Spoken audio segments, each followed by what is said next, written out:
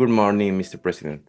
We released some report where we revealed some chats between Ronnie Aliaga and General Attorney Diana Salazar, in which many interesting things are revealed. What's your first comment on it, and about General Attorney Salazar, and also about possible lawfare in your case?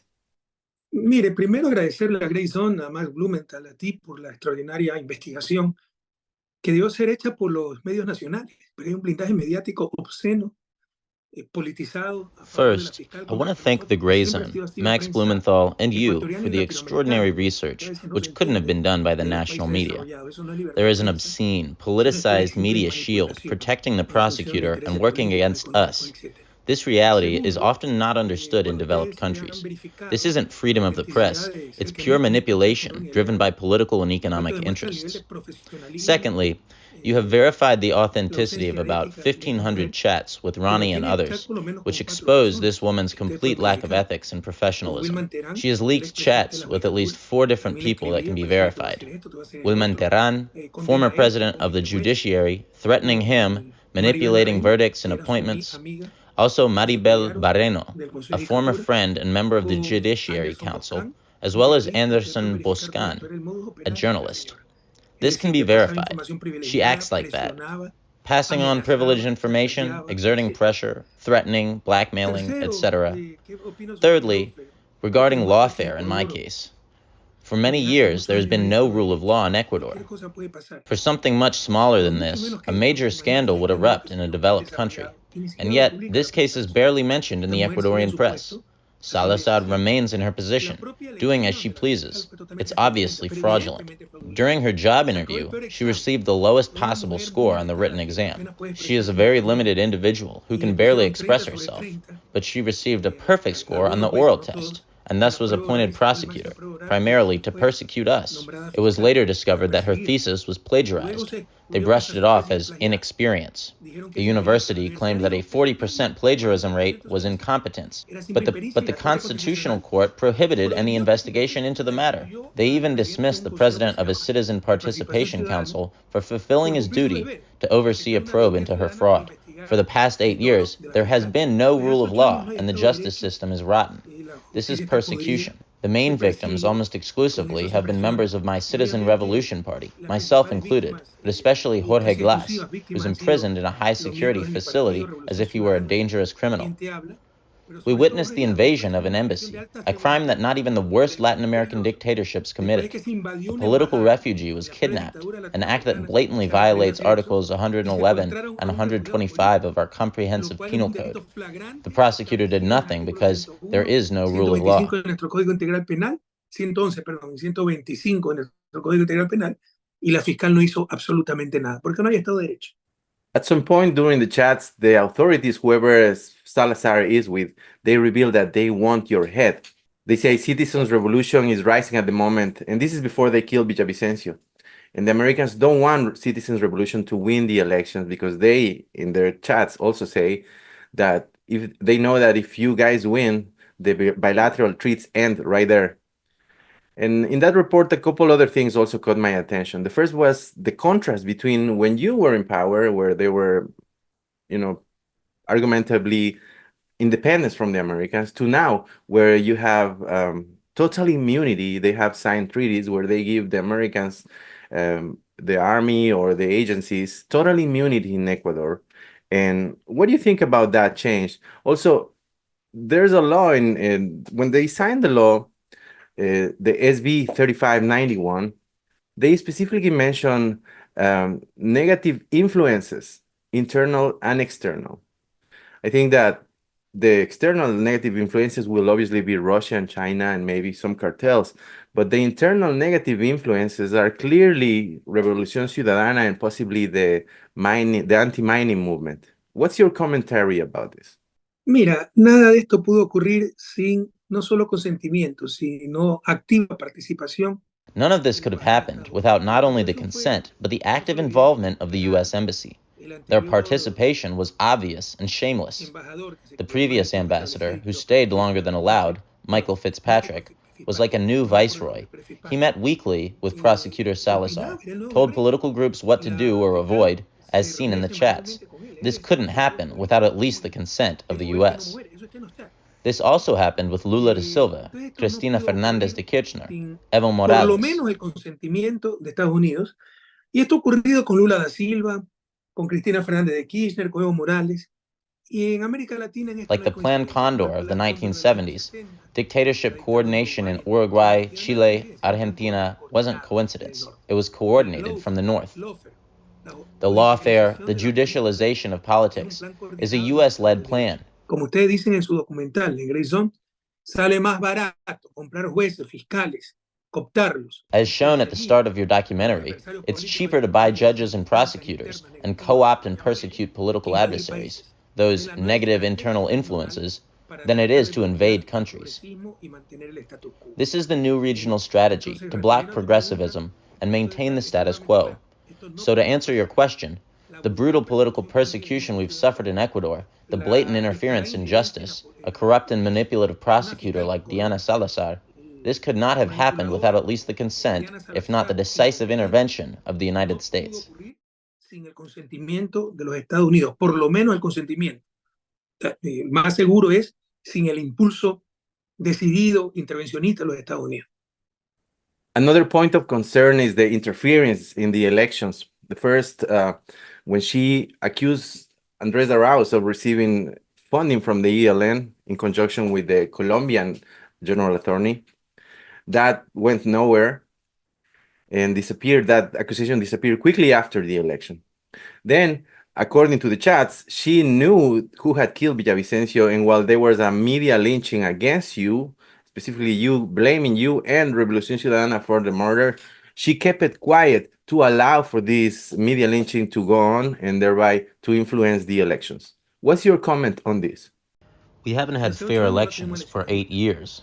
Talking about fair elections in Ecuador, where the press doesn't inform but manipulates, is impossible. The press is the foundation of democracy.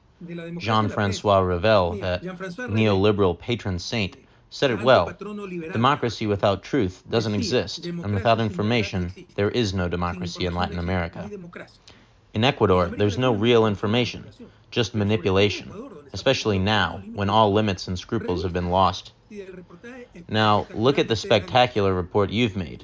It's very professional, taking 4 or 5 months to complete, and it's been replicated by many international media outlets, as well as some important national ones. The manipulation, the shielding, the concealment of information, and the promotion of completely false news to cause harm are shameless. We cannot call this democracy. There's a completely corrupt press, a media mafia. It really is a media mafia that doesn't inform but manipulates.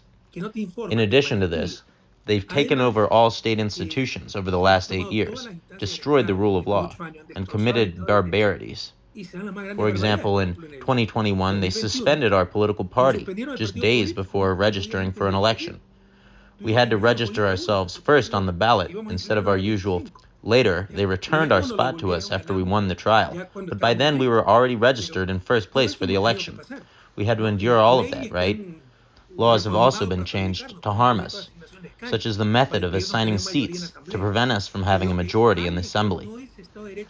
So, what we have in Ecuador is neither the rule of law, a fundamental aspect of democracy, nor democracy itself, because the press manipulates rather than informs, and democracy without information simply does not exist. What we have, from time to time, are elections, but they are far from fair. Without truth, there can be no free elections. Only the truth will set us free. The press narrative, it's important. We started the Lawfare series because we observed an attempt of lawfare against Donald Trump just before the elections. Numerous cases were filed, 37 charges from a single accusation. Also, you watch liberal media, he was pretty much declared guilty beforehand. In my opinion, these lawfare cases primarily target individuals with nationalistic policies, even if their ideologies differ.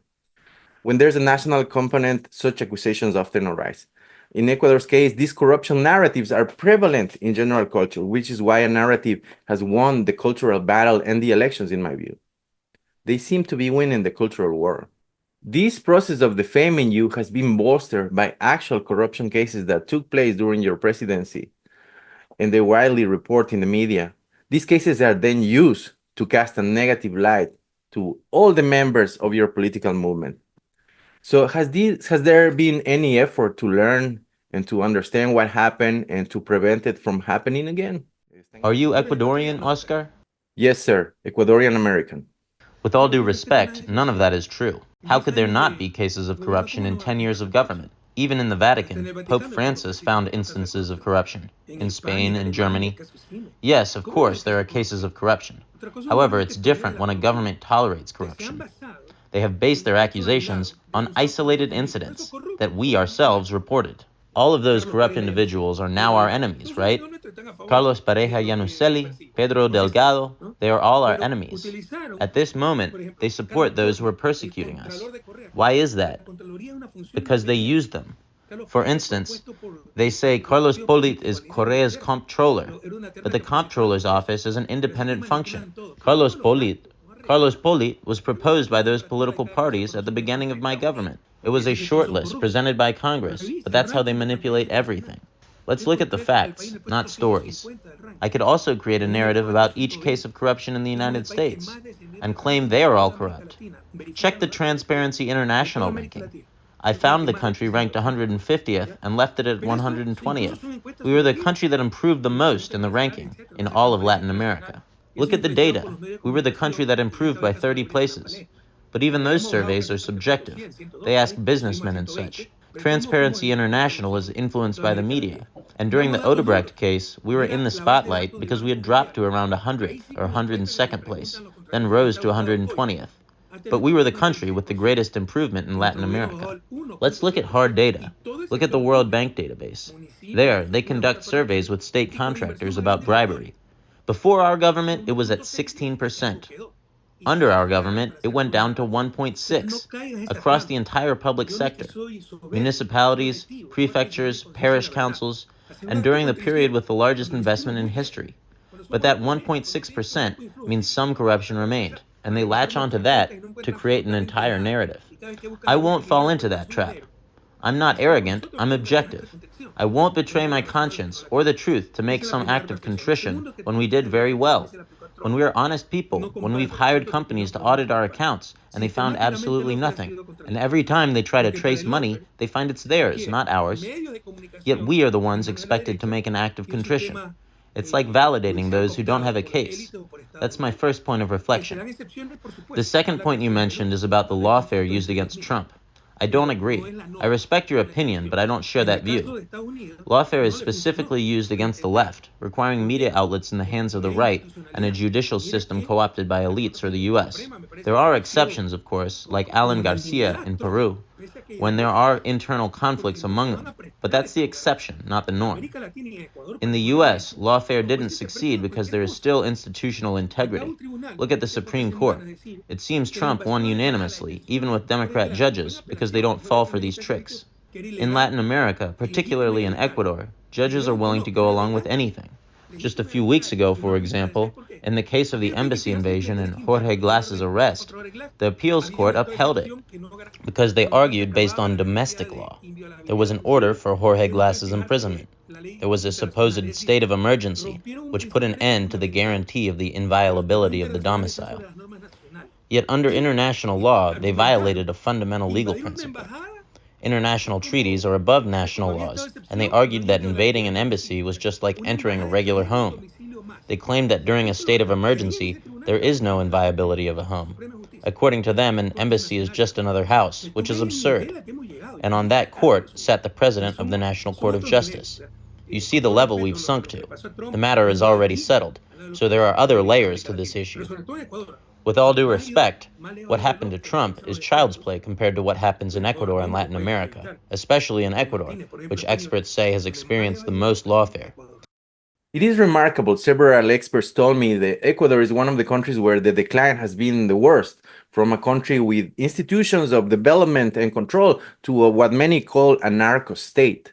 A lot of this responsibility falls in Lenín Moreno, who after your presidency came in government and not just persecuted some individuals of the Alianza País movement, but also the policies that you were implementing. There was a persecution not only to the individuals, but also and importantly to the policies. This allowed for the state to get weakened, and the cartel stepped in to fill that void of power.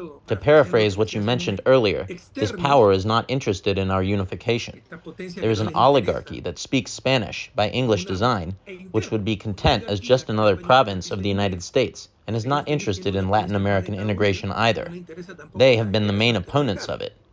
Moreno came to power and dismantled UNASUR, which for the first time made Quito the seat of an international organization, potentially the capital of South America.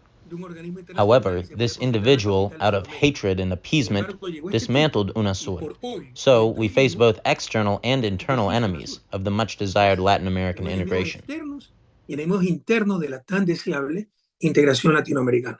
We have a few minutes more, and if you allow me, I have another question. Don't worry, I have time. Don't worry. Thank you.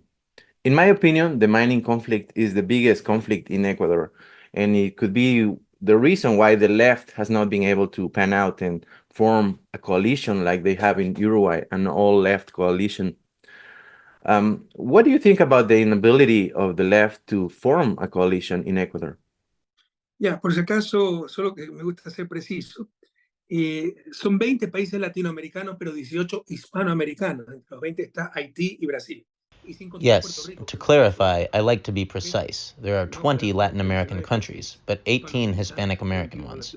Among the 20 are Haiti and Brazil, not counting Puerto Rico, which is not a sovereign country. So we are either 19 Hispanic American countries and 21 Latin American countries, or 18 and 20, depending on how you count. There are a lot of myths and misconceptions. Anyone can claim to be leftist, but I have nothing to do with groups like the Patriotic Union, the Popular Union, or the MPD. They treat politics like a marketplace of whatever I give you. I have issues with these groups because I rescued education, health, and universities from their clutches.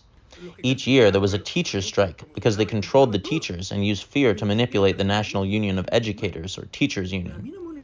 Each year there was a teachers' strike because they controlled the teachers and used fear to manipulate the National Union of Educators, or the Teachers Union. They were responsible for evaluating and promoting teachers, but did it poorly. I have nothing in common with these individuals who have plundered the state. They view politics not as a mission, but as a business. They may call themselves leftist, but if the left is wrong, I will stick to the truth, even if I identify as a leftist. For example, Pachacutic's environmentalist stance against mining is flawed. What country denies its natural resources? How can modern life be understood without mining? They travel in cars and airplanes. Where do these things come from? They say the mining is in other countries, so others should be contaminated? They come up with nonsensical arguments, saying we should just ban metallic mining. There is nothing worse than non-metallic mining, like cement and lime, which involves open-air extraction. It is absurd to reject mining outright. Responsible mining can be done. All human activity has an impact, but that impact can be minimized, and exploited areas can be recovered. The Constitution has clear prohibitions. Mining cannot occur in water sources, virgin forests, etc. If someone says otherwise, it is a lie.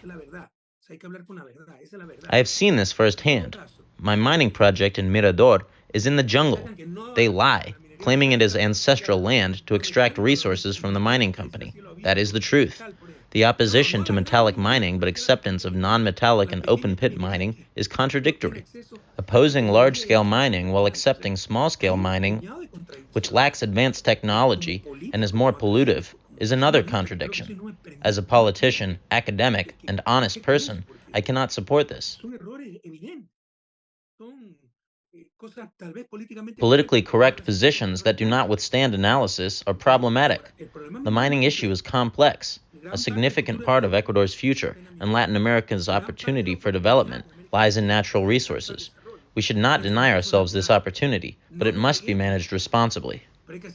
Another problem is illegal mining, which involves organized crime and money laundering, with no effective measures to combat it. Illegal mining is destroying rivers and jungles, and the state's absence is glaring. However, legal mining, with advanced technology, should be supported. The left's stance, especially among indigenous groups, should be sensible. Support mining with environmental and social responsibility. For example, if a project impacts my territory, I will only support it if poverty in my territory is addressed first. I will back the no to mining stance only when we no longer have children dying from preventable diseases like diarrhea. I find it irresponsible and confirm again that I do not support this union of leftists. Just because they call themselves leftists does not mean I agree with them. This so-called left is the most functional to the status quo and the destruction of the country. It has been historically and presently the biggest obstacle, especially with the persecution against us. It is an unscrupulous left that sacrifices everything for immediate electoral objectives and power. The obsession of every politician, particularly the Latin American left, should be overcoming 200 years of underdevelopment. Objetivos inmediatos electorales por espacios de poder, cuando la obsesión de todo político, pero sobre todo de la izquierda latinoamericana, debe ser superar 200 años de su desarrollo. Finally, something related to what you just said. These leaks, if they're true, they will confirm something we had reported in 2021, which was that the NED, front of the Department of State, had been funding some of the opposition in Ecuador. Yacu Perez famously come to mind, but also it was suspected that Villavicencio was one of them.